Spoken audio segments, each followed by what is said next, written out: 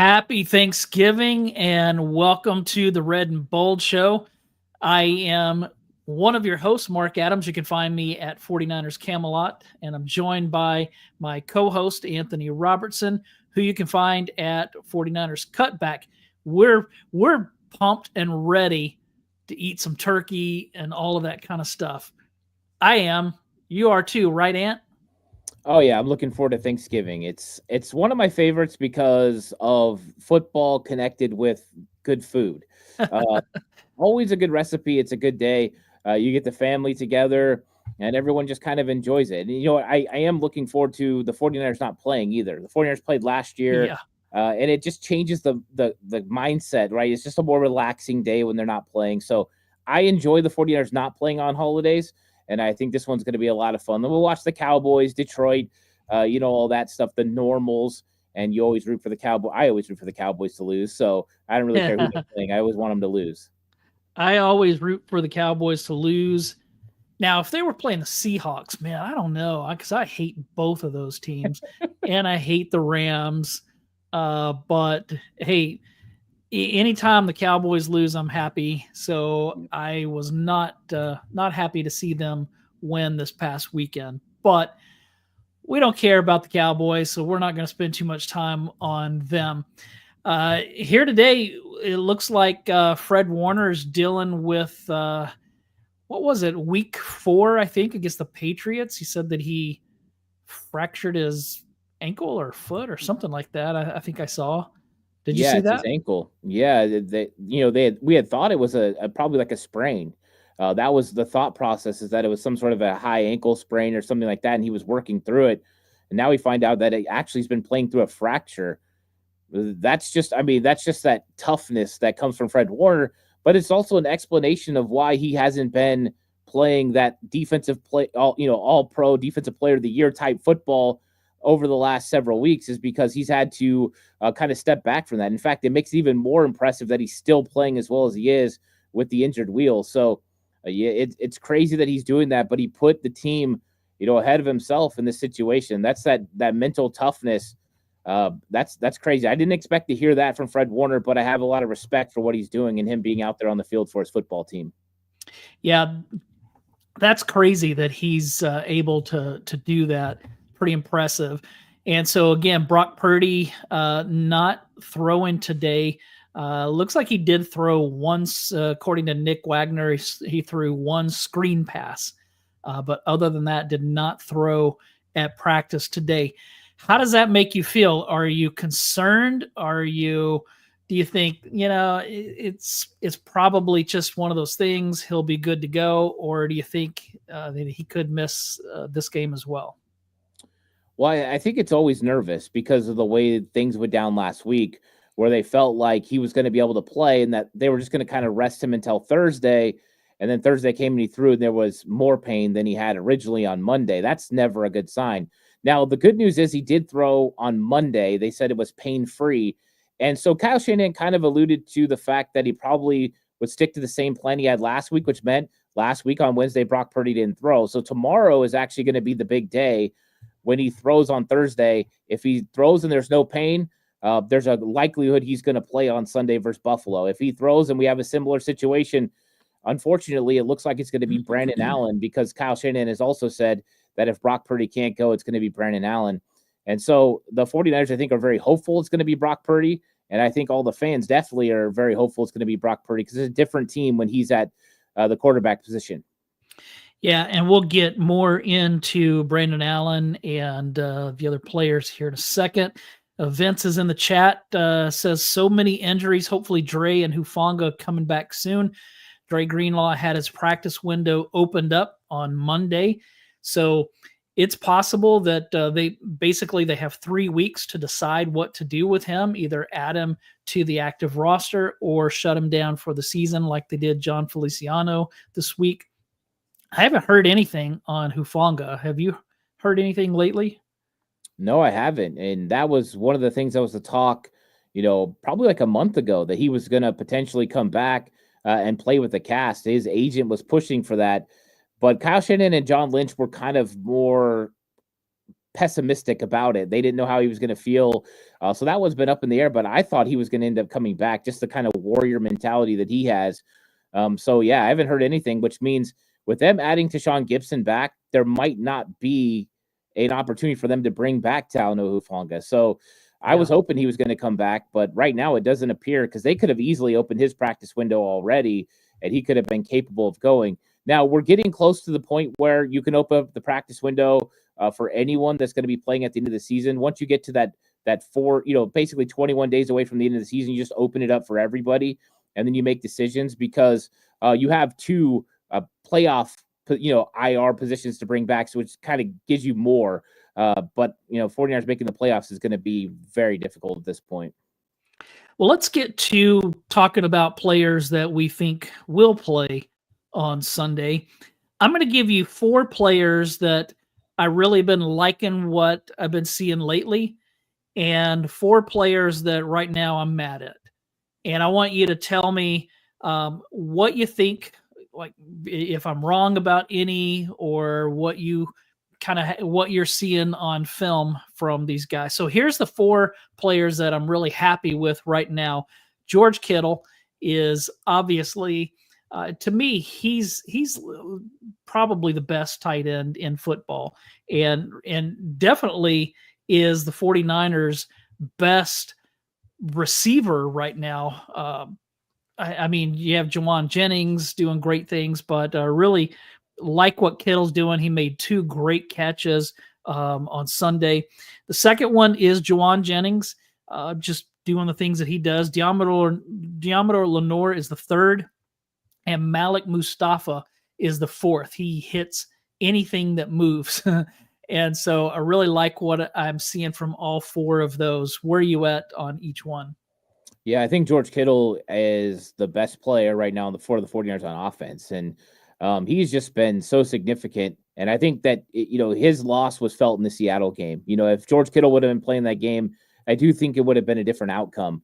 He's just been that impactful. His red zone play has been huge. He's been making touchdowns in the red zone. And he's just a dynamic player, whether he's catching the football or he's blocking. There's very few mistakes. He makes mistakes, but they're very few compared to others. And that consistency is a model that the 49ers definitely need. So Kittle is a huge-time player, a big-time player for this football team. They need him. And anytime he's on the field, they need to look for him. There were plenty of opportunities where Brandon Allen could have went to George Kittle even more last week, and he didn't, because Kittle finds ways to get open. And then you talked about Malik Mustafa, and Mustafa, to me, has far surpassed Jair Brown now. Malik Mustafa is the best safety that's playing for the 49ers right now, and Jair Brown is a distant second.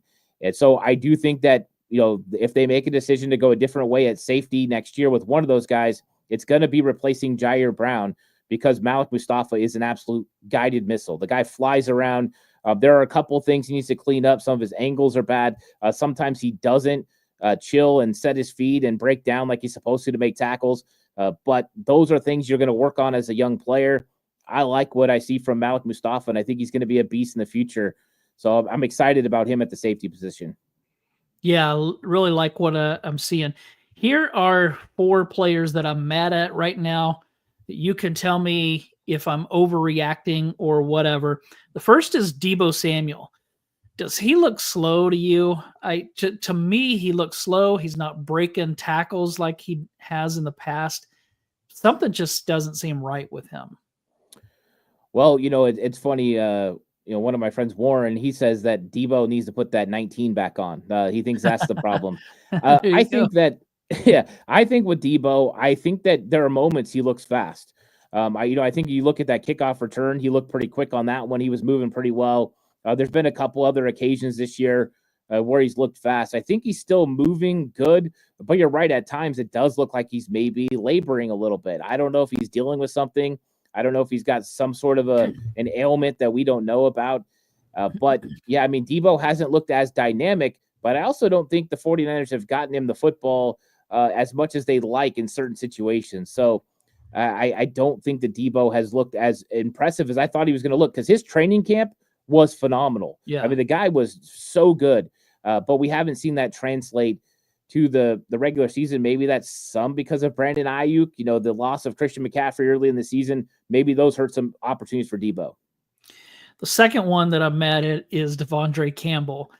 And maybe it's not his fault that they keep putting him in situations where he can't shine.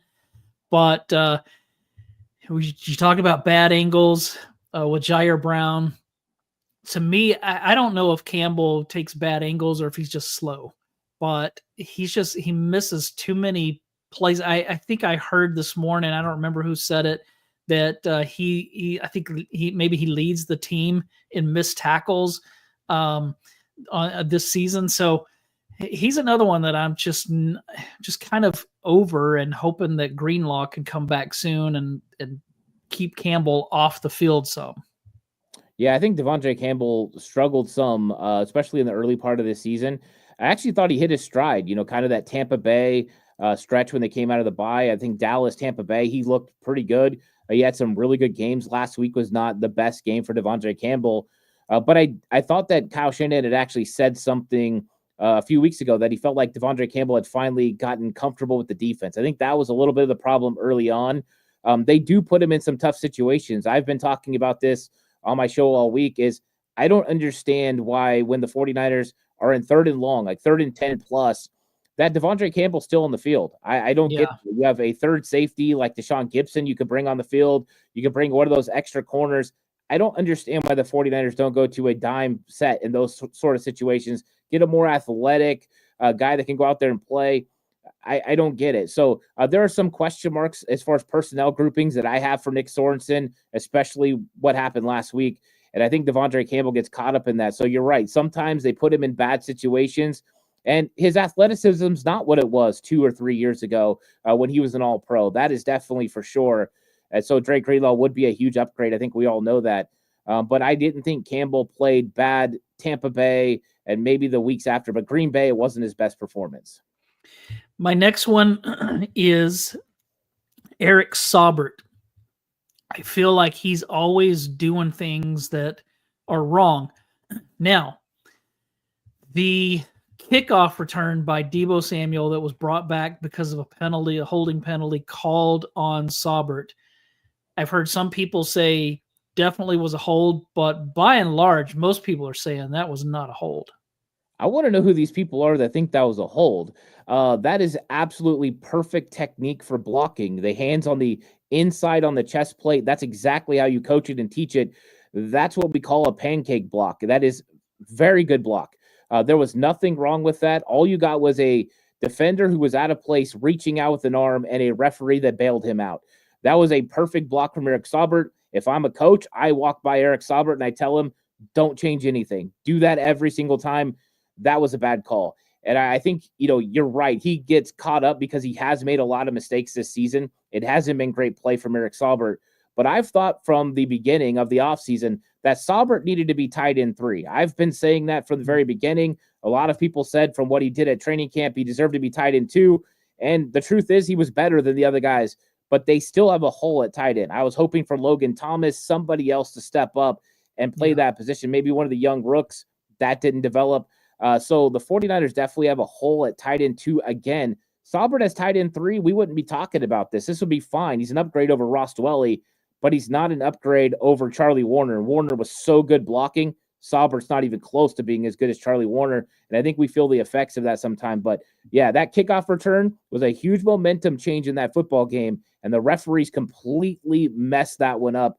In no world that's a holding, and if someone says that is holding, I want them to define holding. That means that everyone holds on every single play. Well, Larry Krueger was one of them. I heard him a day or two ago say, and he was kind of pushed on it, asking what about that was a hold, and he said that he had 2 fistfuls of jersey. I don't remember seeing that, but I also don't go back and watch the film like you do, so that's why I was waiting to see what you thought. But what I saw on replays did not look to me like he did anything wrong. Well, fistful of jersey is not holding when you're on the inside, as long as the chest plate. Everyone grabs jersey. That's why they get that jersey as tight as they can to prevent that. But when you grab that chest plate, the jersey naturally indents, so it looks like you got jersey. But everyone knows that that's legal. If you get your hands outside the chest plate and grab jersey, that is a hold, 100%. But that was not what happened. It was a great block, and that's just a frustrating play. But if you looked at the game overall, the referees actually called a lot of special teams penalties in that game. That was a focus and a point of emphasis, and it's almost like we think there's going to be a penalty, so we're going to go ahead and call it if we see something that's close. And that's a little frustrating. I argue consistency with referees is one of the worst things in the NFL. One crew to the next, you don't know what you're going to get. 1 week, there's no holding at all. Either way, it's not like it's a benefit to the 49ers or something bad, but you just don't know. The next week, there's an emphasis on holding. So these guys don't know what I can do and what I can't do, and I think that's really frustrating in the league. My last player that I'm mad at right now, you have to know where I'm going with this one. Jake Brendel. Jake Brendel. You have every right to be mad at Jake Brendel. So the last 2 weeks have been very rough for Jake Brendel. This week was his worst game, and Jake Brendel, I try to keep it real clear with him. Like, he has good plays and bad plays, and I've tried to illustrate that in my film breakdowns that I do on Patreon. But this one was one of those times where it was hard for me because I never want to tear down a player like this much. Sure. But you have to call it out what it is. And this was by far his worst game this season and maybe of his career. He got put on his backside in pass blocking, got put on his backside in run blocking. He was getting handled when it came to second level blocks. Jake Brendel is a 305, 310-pound offensive lineman, and Quay Walker was pushing him around at the second level and getting through. There should have been a whole shot, Christian McCaffrey, big-time explosive run. Everyone else did their job, and Quay Walker ran right through Jake Brendel, and he made the tackle. Those types of things are just absolutely frustrating for a 49ers offense, and the run blocking has suffered, and it's not just Jake Brendel, but that interior part of the offensive line. Dominic Pooney has a couple here or there. You expect it. He's a rookie. He's going to get better at those things. But Aaron Banks and Jake Brendel have struggled, and I think Banks is just moving a little bit slower right now. I know he's been dealing with a calf, now a concussion. So that has been part of his problem. You see there's no flexibility in the lower half of his body. And with Jake Brendel, it's bad positioning. He doesn't get his body in the right spots. His legs don't move with the upper part of his body, and he gets handled. It's not good right now. So the 49ers got a real problem there, and I don't know what this means for this week. We know Jake Brendel's going to start, but there's a chance that that Banks doesn't make it out of concussion protocol, and they went with Ben Bartch last week. You might have Bartch there. Dominic Pooney's day-to-day with a shoulder. It looks like he's going to play, but if not, you could have Burford playing at the right guard spot. So 49ers interior offensive line is a focus and a worry going against Ed Oliver and Daquan Jones and a very impressive Buffalo Bills interior defensive line. Yeah, that doesn't sound fun. I know that the offensive line wasn't good on Sunday. Brendel wasn't good. Banks wasn't good. I don't remember much about McKivitz and Jalen Moore being bad. Dominic Pooney, that was his worst game, I think. But did the tackles play okay when you went back and watched? Yeah, I mean, it was pretty much one of those things I say. If you don't hear a offensive lineman's name or you don't have to bring him up, they did a pretty good job. There was a couple plays from McKivitz, a couple more. I wanted more from Jalen Moore, but for the most part, pretty clean games for both of those guys. And I thought that Jalen Moore actually did a good job in place of Trent Williams. Was it Trent Williams? You're not going to get that caliber of movement when it comes to the run game and just the fact that he's going to handle the left tackle spot. But as a guy stepping in place of a all-pro caliber player, I thought Jalen Moore did himself a good thing and did a good job. So, yeah, I was pretty impressed with the offensive tackles compared to the interior offensive line, where I think there's a real problem. Well, let's switch to the quarterback. How do you think Brandon Allen played when you went back and watched the film? And would Joshua Dobbs have been a better choice, especially since Brandon Allen barely has two hands right now? Yeah, that was interesting that Brandon Allen had the broken finger. That luckily it wasn't on the throwing hand, but it was on the other hand. It can make it tough to deal with the football. A slick football sometimes can be a problem. I thought Brandon Allen, the things I expected him to excel at were going to be coming to the line of scrimmage and understanding what play calls to get into, looking at the coverage and being able to understand which side of the field to attack. with his progressions and the play call. And I didn't see that very much. I thought we saw some misses from Brandon Allen where he would attack the 2 receiver side when he should have attacked the 3 receiver side and would have guys open on that side. So those were the things I thought he would be maybe ahead of Josh Dobbs on, and I didn't think he was. And then I thought execution-wise, even though there was a couple really good throws, that back shoulder throw to George Kittle was phenomenal. Other than that, he was a little bit behind. He missed Chris Conley on the deep vertical play that would have been a huge explosive. He just threw it right up the seam and not lead him out in front away from defense. I didn't think it was a great performance from him. And the thing about him compared to Josh Dobbs is he's just a stationary target. He moves nowhere. He's stuck in the pocket where Dobbs can extend plays. He can create opportunities. That's one thing I like about Dobbs compared to Brandon Allen. And I've been a Josh Dobbs guy since training camp. I thought Dobbs outplayed Brandon Allen in training camp and in preseason. And I understood Kyle going with Brandon Allen early because I thought maybe he just felt like Brandon Allen had a more firm grasp on the offense and that eventually they would go to Dobbs, but he stuck with Allen. I thought in this game there was a perfect opportunity to go to Josh Dobbs late in the fourth quarter and see what he could have done in this offense. Kyle didn't do that, but I do think that they should go to Josh Dobbs. And if it's Brandon Allen starting this game, I hope it's a quick pull. They don't have time to waste. If you go through a first quarter and Brandon Allen's not playing well, get him out, get Dobbs in, and let the guy use his athletic ability to help your offensive line, or you're just going to be a sitting duck back there. Tommy Huxley's in the chat, and he's not happy that the 49ers have not told us about Fred Warner's injuries so far. And that's you've talked about this earlier, that says a lot about Fred Warner playing, but to me, there has to be some concern about making that injury worse as the season goes on. Well, I think that's the conversation I'm sure that Fred Warner had with the trainers, Fred Warner had with the doctors. Hey, what is the injury going to do if I keep playing on it? Is it going to get worse? Is it going to be the same? Is this something that, it's going to heal even while I'm playing? Like, what exactly is going on with the fracture? Because it's not uncommon to hear someone say they played through fracture. Usually not this long of the season. Usually it's maybe like, oh, we're going to the playoffs. We're going to play through fracture, playoff, Super Bowl, whatever that is. So it's not uncommon. And fracture can mean a lot of different things. We don't know the severity of the fracture. We don't know where it's located. All those things will play into whether Fred Warner, should play through it or not. I know the first thought for everyone is, hey, it's fractured, don't go play. But that's not a football mentality. That football mentality, Warrior mentality is, oh, can I cast it? Okay. Can I play through it? What can I do for the pain? Is it going to get worse? If it's not, I might as well go out there and play. And I think that's what Fred's doing here. It's a decision that a lot of people wouldn't make. A lot of people would sit out and they would get better. And Fred Warner wasn't willing to do that. So we'll see what happens. But I think everyone can basically say, one way or the other. Some people feel he shouldn't have played. Some people, like me, understand that attitude and they just go out and play. But at some point, you wonder what Fred is thinking. Yeah, and you have to wonder if they lose to Buffalo, which they probably will they shut him down for the season? Maybe they'll wait till they're mathematically eliminated. But even if they are not yet mathematically eliminated, if they lose this game to Buffalo, their chances are really slim, even though they're still just a game out. But to me, this does not look like a team that's about to make a playoff run. I mean, there's just no fire out there, other than a few players like Lenore and Kittle and Jennings.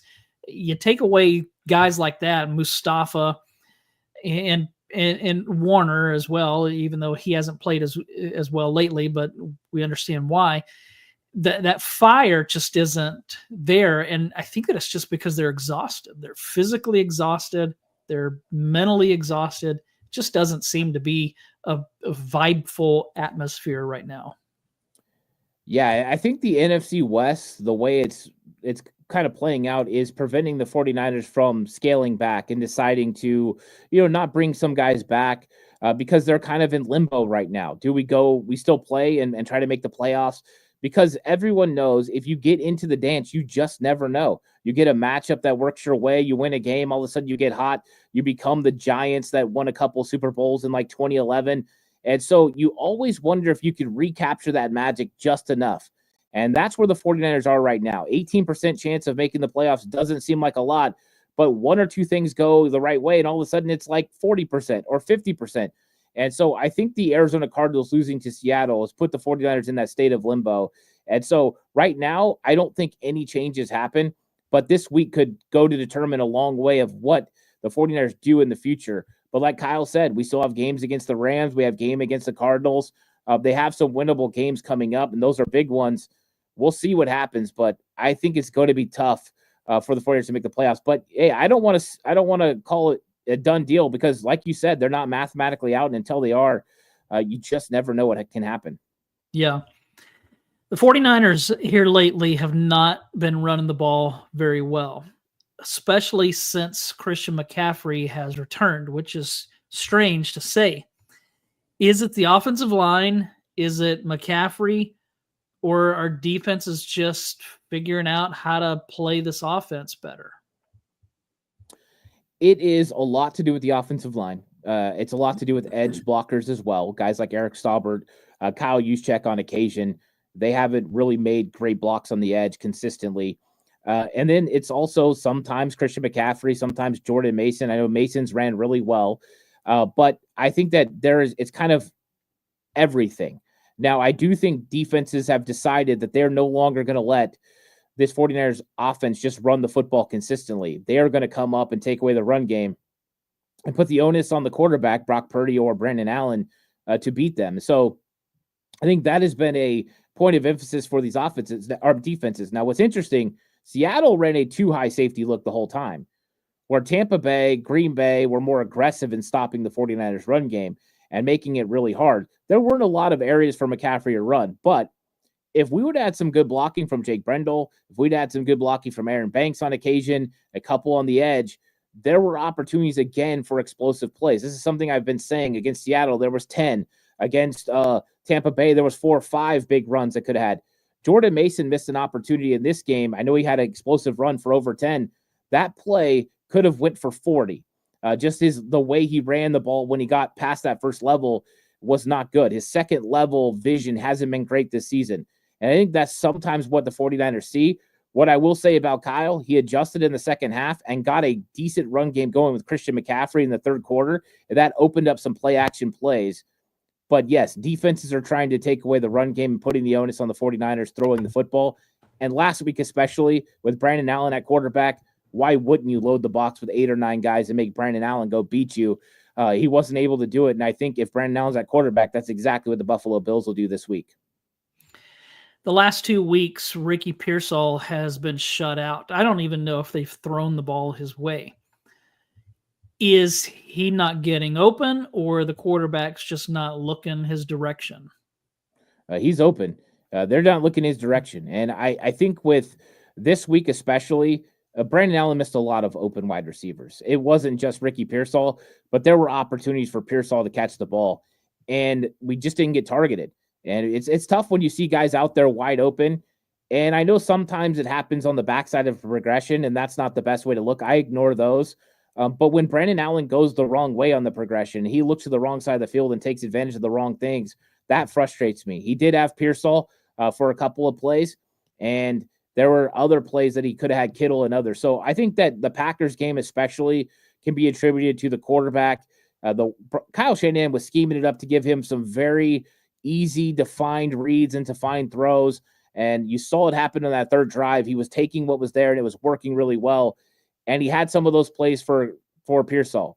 The week before, Pearsall should have gotten a touchdown. Brock Purdy just didn't throw a corner route. And maybe his shoulder was bothering him. I don't know, because he missed a couple of those throws, those intermediate deep throws that he could have had. And maybe that's what it was. But there have been opportunities where he's open. So it's less on Pearsall and more on the quarterback at this point. Where are you at with Nick Sorensen and Brian Schneider? The 49ers missed, I think, 15 tackles in the first half against Green Bay, the most in the NFL this season, if I remember right. I think that on the broadcast they said 10 in the first quarter, which was the most this season in the NFL. That I just don't know where that comes from, because this team has been a really good tackling team. Now, there are a lot of players on this team who are here for the first time. And so, is that part of it? Is because I tweeted at one point in the first quarter, this was early in the first quarter, something about how it's only the first quarter and Nick Sorensen looks like he's asleep. And I wasn't talking about his play calling. I was talking about how he looked on the sideline. He just looked like he was half there and half not there. I'm just not sure he has what it takes. Now, that may be unfair, but where are you at with him? Where are you at with Brian Schneider? I don't think that Kyle's going to make any changes in the season, but I would be surprised if either of them are back in 2025. Yeah, I think it's interesting. Now, when it comes to the tackling, that's kind of a tough thing for these coaches because all they can do is teach hit and wrap. Nobody tackles to the ground at practice. The way the collective bargaining agreement comes, you can't have as many padded practices. Everyone's afraid of injuries. These guys don't tackle in practice once you start the regular season. That's tough. You throw in the fact that Josh Jacobs is a pretty physical runner and tough to bring down. That also adds to it, but it was not a great performance for the 49ers tackling, that's for sure. One thing I always talk about is space. It's tougher to tackle people in space. And right now, the 49ers defensive line is getting moved too much on the interior. When they get moved so much, it creates more space for linebackers who have to tackle or safeties to have to tackle inside the box. Because if it's a tight hole for the running back to go through, there's not a lot of space for them to be able to juke left or right. If it's a huge hole, there is. And that's why we've seen Fred Warner get juked by Josh Jacobs in the hole. If the defensive tackle didn't get moved so far, Fred would have had a tackle in the hole. Those are the types of things that contribute to tackling. It's more nuance of the sport, but it is something that plays into it. Now, when it comes to Sorensen, I talked about my criticisms earlier. I think there's been some real personnel issue problems with the 49ers and some of the things that they're doing there. I think for the most part, he's done a pretty good job in some areas. I have questioned what he's done in Tripp's bunch all season. He finally fixed that. That's good news. But why should it take this long, right? Those are the frustrating parts, especially with Brandon Staley helping, which means it must be something they thought was going to work. Red zone defense has been really bad this season, like really, really bad. And I know that it's a far cry from what we got from Steve Wilkes. The only thing I can throw out there in Sorensen's defense, and I'm not trying to defend him, but this does play a big part, is Steve Wilkes' defense had a healthy Talanoa Hufanga. It had a Tashawn Gibson, who's a very good player who creates turnovers a lot. It had Charvarius Ward the whole season and a healthy Charvarius Ward. It had Dre Greenlaw. It had Eric Armstead. It had Javon Hargrave. Those are big losses. And your defense just can't possibly play that much better without them. I think that the tackling also, all those guys were great tacklers. Eric Armstead was one of the best tackling defensive tackles in the league. So all those things contribute. But Sorensen has plenty that he hasn't been good at. Third downs haven't been great. Red zone for sure hasn't been great. And I don't like his personnel groupings, especially when they should go dime. I think they're not coaching it up enough. So I do think there's things to be working on with him. When it comes to Snyder, I think that he could get fired at the end of the season. I do think there could be a change there. The 49ers might just have to go a different direction. The way that they've spent money on special teams players and the special teams hasn't really lived up to those expectations, it might be time for him to move on. Sorensen might get another year. I don't know. Kyle doesn't normally fire guys after 1 year. Steve Wilkes was a rare occasion, so we'll see what happens there. But I do think Snyder might have run his course in San Francisco. Well, we know that Kyle wanted Jeff Ulbrich, who is the interim coach of the New York Jets. And I mean, he's probably not going to retain that job. Would they hire a head coach and then move him back to their defensive coordinator? Seems unlikely. I would think that they would just clean house and let the new coach build his staff.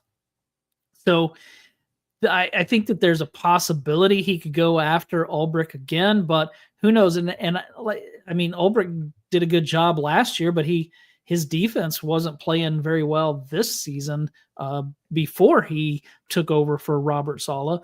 So I don't know if he's the answer or not. I liked him as a 49er when he was a player, but that doesn't mean he's going to be a great defensive coordinator. What I'm missing, and maybe this doesn't mean much, But to me, I miss that energy and that fire that Robert Saleh and D'Amico Ryans had. Steve Wilkes didn't have it, but Wilkes was tried and true. I mean, he had been around. He had success as a defensive coordinator. His defense last year was good. I mean, the fans were ripping him. People wanted him fired, but I don't know that he should have been fired. Sorensen, to me, I'm just not sure he's up to the task. Yeah, I was not a big fire Steve Wilkes guy, especially during the season. I thought that there were a couple plays here and there. You have those things happen that were egregious. You know what I mean? As a defensive coordinator, you can't do zero coverage in certain situations, things like that. But I liked Steve Wilkes. I thought he did a good job with the defense, especially using the guys that he had. I think where Steve Wilkes had a little bit of problem compared to what Kyle Shanahan and that defensive player and player personnel are used to is he did change some things. He changed the philosophy things, the philosophical changes, including, really forcing everything in defensively. So he wanted to take care of the outside and force everything in.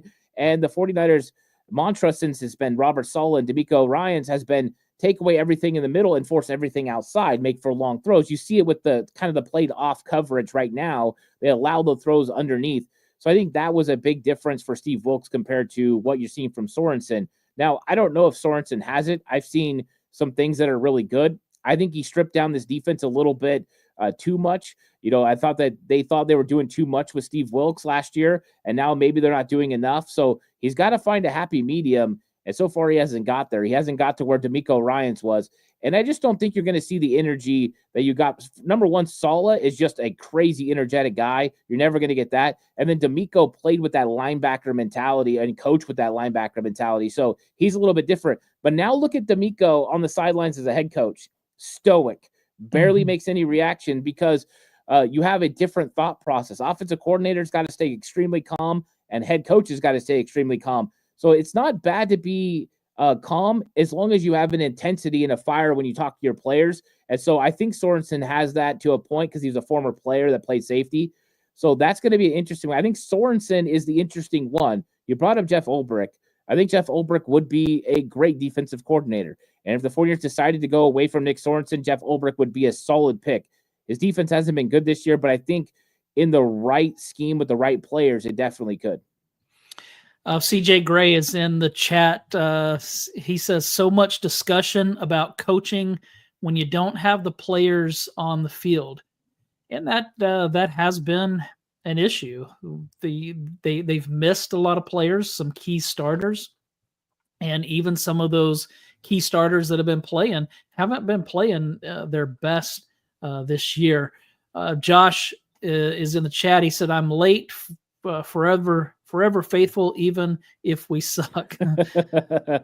All right, so let me move on here. Before I get to Buffalo, just real quick, the title of this show is Why Are the 49ers Struggling? If you had to sum it up,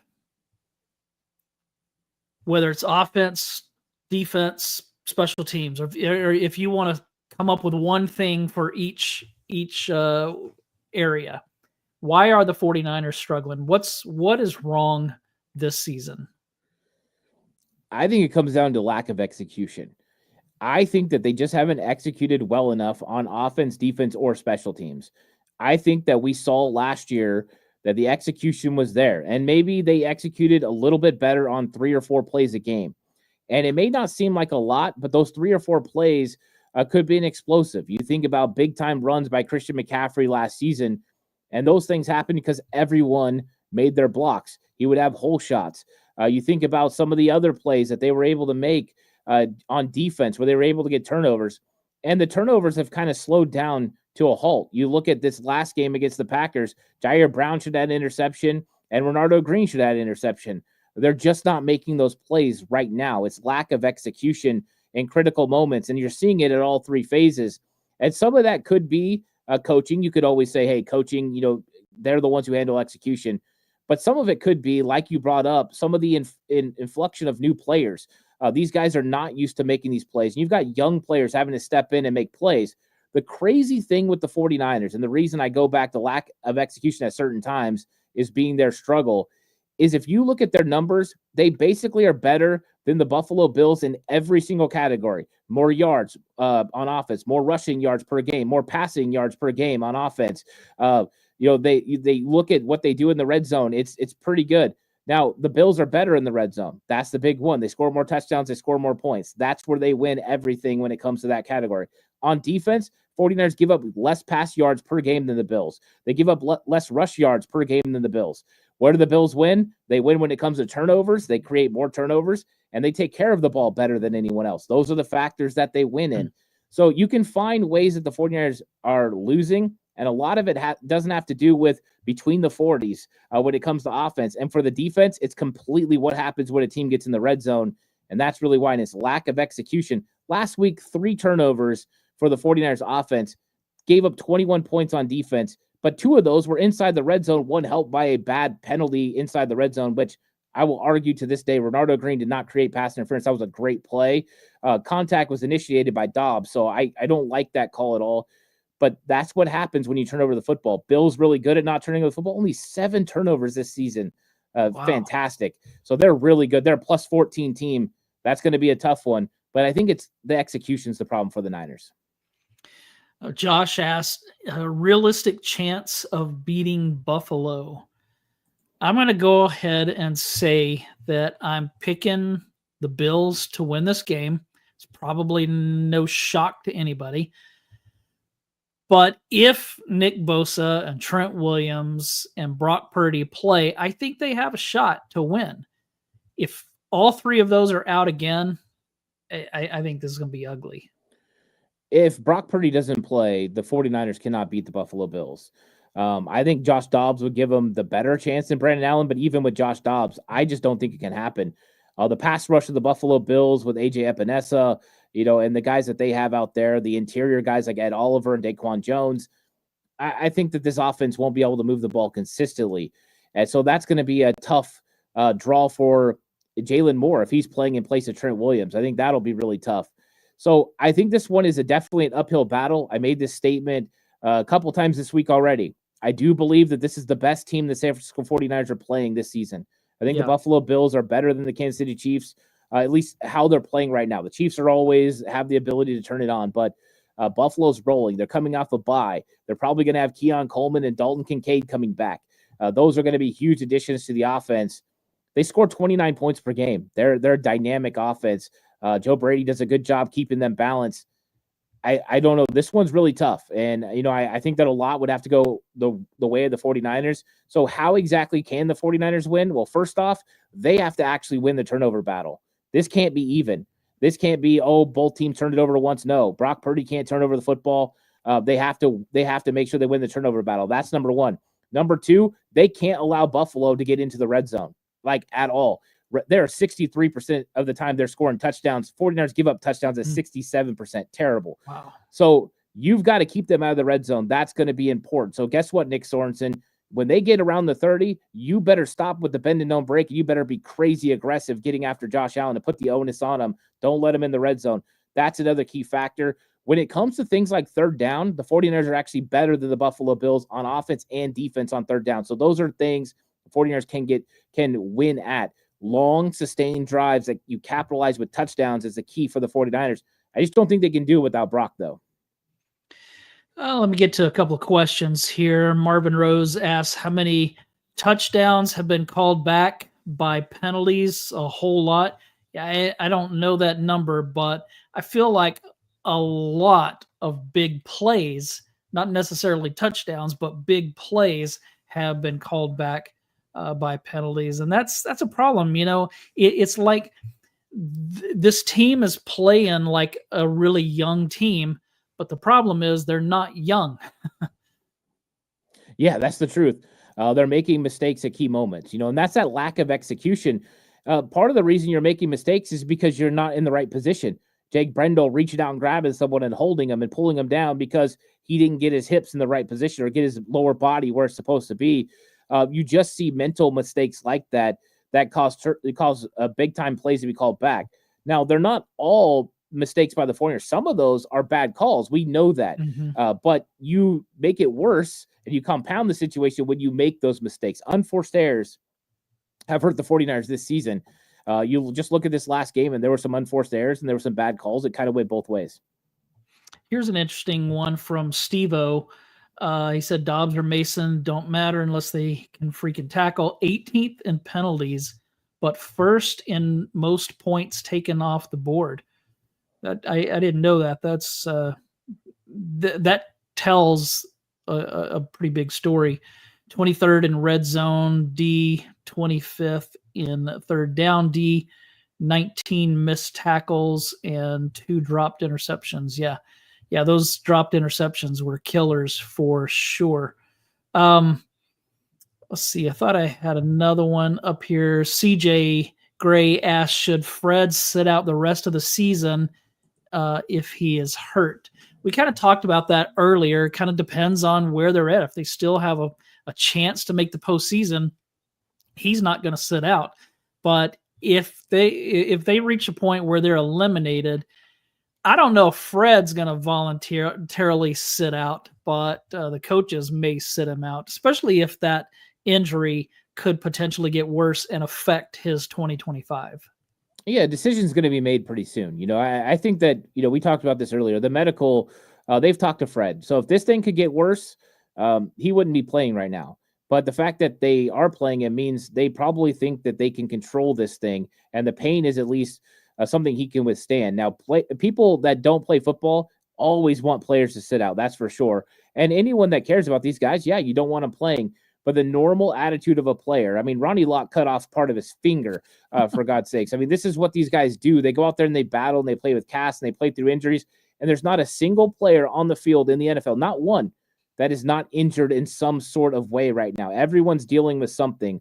And so at some point, they're going to decide that, oh, yeah, Fred's going to have to sit. If all of a sudden they're officially out of the playoff hunt, they will sit him for the rest of the year, get him to prepare for next year. But right now, every one of those guys are looking at the NFC West standings and saying, we still got a shot. We're not done with this thing yet. That's the competitor. And if you lose that competitiveness, the season's already over. Go ahead and go start fishing right now. So these guys aren't going to do that. But at some point, they'll shut Fred down if the playoffs are officially out of reach. And that's why we're not giving up until they're completely eliminated, because we've seen it before that they've been able to turn things around.